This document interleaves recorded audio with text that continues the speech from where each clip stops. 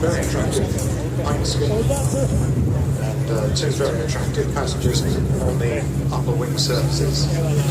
Now, professional wingwalkers, Kirsten and Emma, right hand side.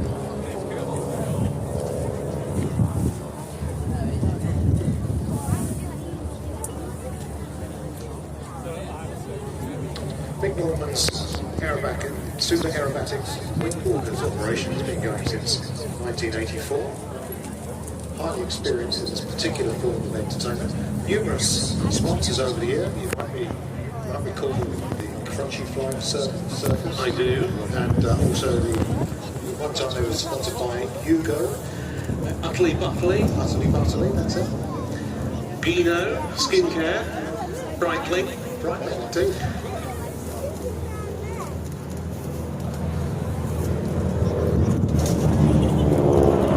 These aircraft, of course, are not conventional Stearman.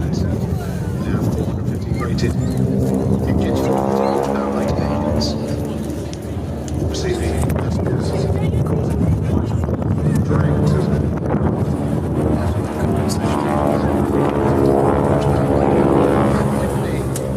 achieves that.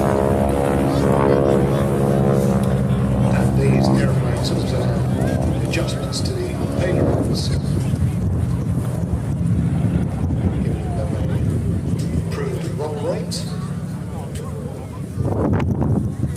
And these guys have to be quite fit, although they are strapped to this special apparatus.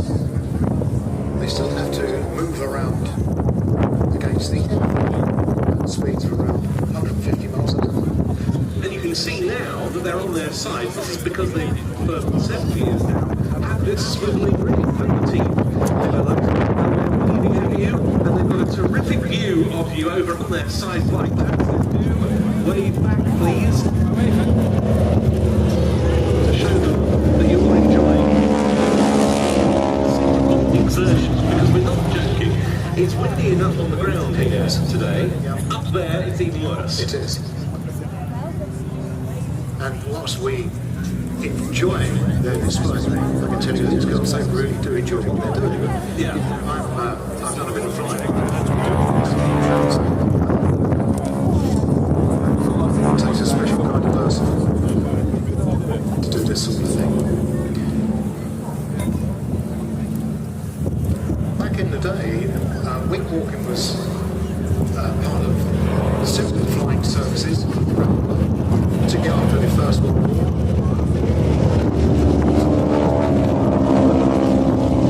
In America, for example, from town to town, giving displays, giving trips to the local residents, and they did actually manage to persuade women to do this wingwalking. And back then, of course, it really was what the word says, wingwalking. They weren't strapped on, they would literally be walking on the wings of the aircraft. And of course it was a highly dangerous business. So nowadays, it's rather safer. They have this very, very strong rig, and of course they've got strong cable ties on. We do see them moving around later on in the display a little bit more. Yeah, in fact, they appear to climb down from the wing into the actual cockpit of the aeroplane. But as you see, they are actually strapped onto the aeroplane, so that aspect of danger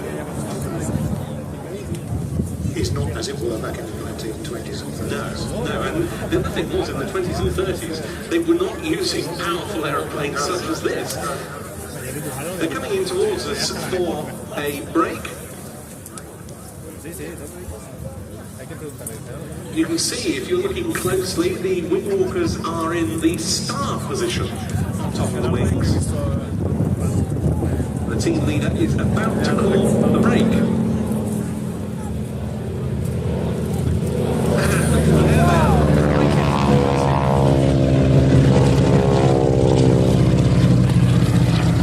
Now, it doesn't just take the skills of the two wingwalkers to do this display either. it takes very experienced pilots, and the AeroSuperBatics is full of those. We've got Dave Barrell leading the pair, and Steve Nugent as the number 2 pilot this weekend. Dave must be one of the most experienced wing-walking pilots, perhaps apart from Vic Norman, the team's partner in the world, I would have thought. He's been leading the formation pair for many years. He really is a Stearman expert as well. He started flying them with Eastern Stearman at Swanton Morley in Norfolk. He's got over 5,000 hours, his lessons, and in numbers of over 30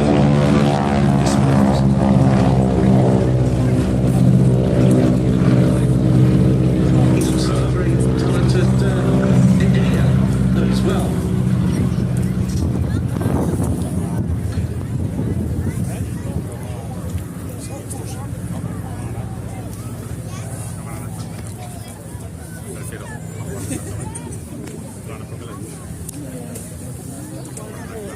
And he has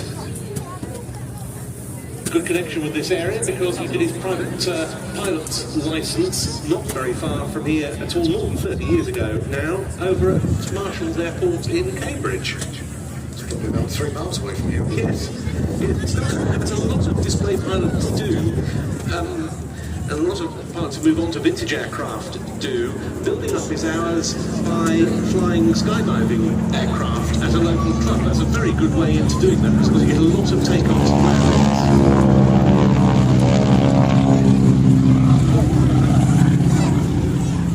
We have experience in dance.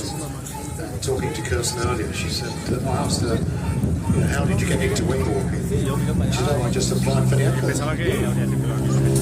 Unusual, isn't wing walking required? Yes. No experience necessarily. But you did have quite a bit of relevant experience because it was trapeze and circus work. And when you look at the CVs and a lot of the wing walkers they use, that's a pretty common feature, isn't it? Yes.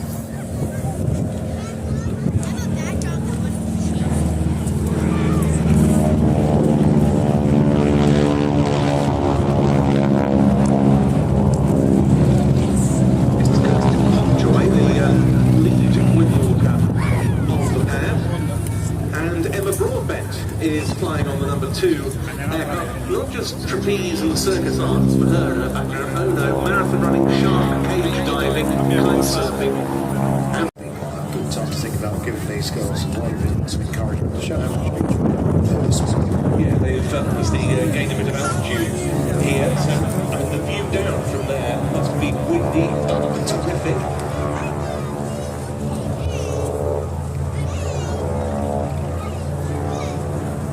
They've done that to gain some height, which they will now lose by diving off to gain speed and energy.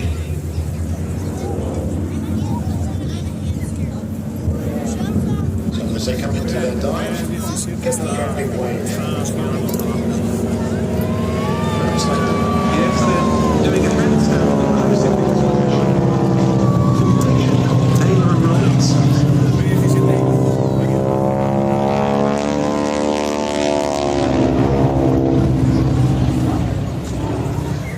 Say about Steve Nugent, Colin, the number 2 pilot, he holds a really notable record in aviation history because his wife Anna and him built a Vans RV, not dissimilar to the ones we'll see later with Team Raven.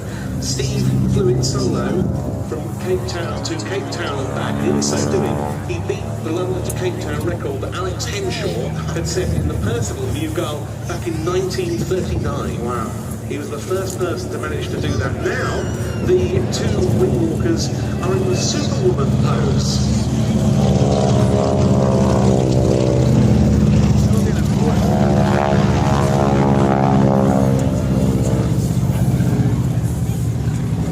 Now, the 2 pilots are slowing down, and that's because the girls now are going to begin to use some of that upper body strength that they've both got in order to unstrap themselves from the rig, but as we were saying, they remain attached to the aeroplane as the 2 aircraft get back into close formation.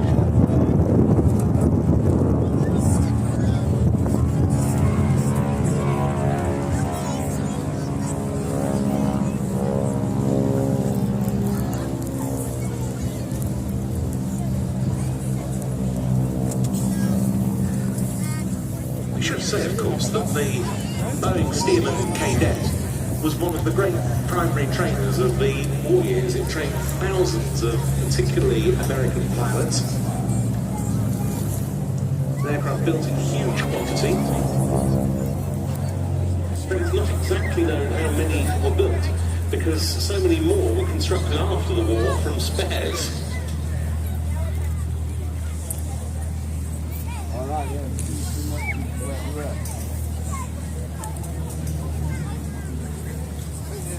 So this is right up there with the Tiger Moth and the Harvards.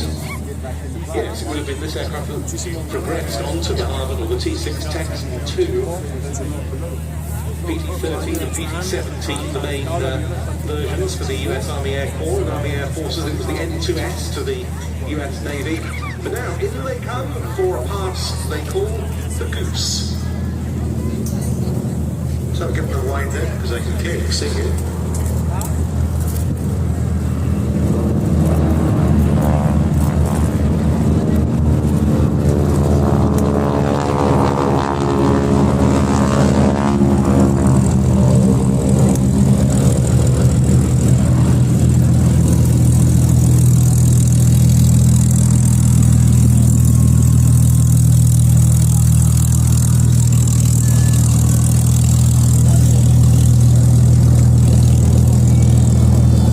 Get me down from here.